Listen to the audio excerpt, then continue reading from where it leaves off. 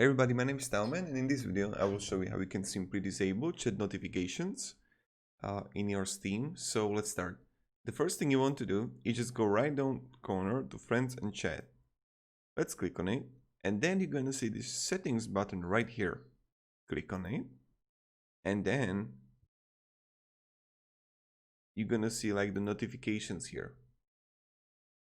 Now what you need to do is really simple. You can like disable notification when a friend joins a game, when I receive direct message, or when I receive a chat room or group events and announcements.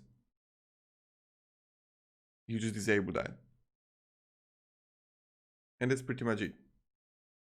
So if you have any questions, guys, ask them down below in the comments. I'll be really happy to help you and provide you some guidance and things like that, you know how it works. So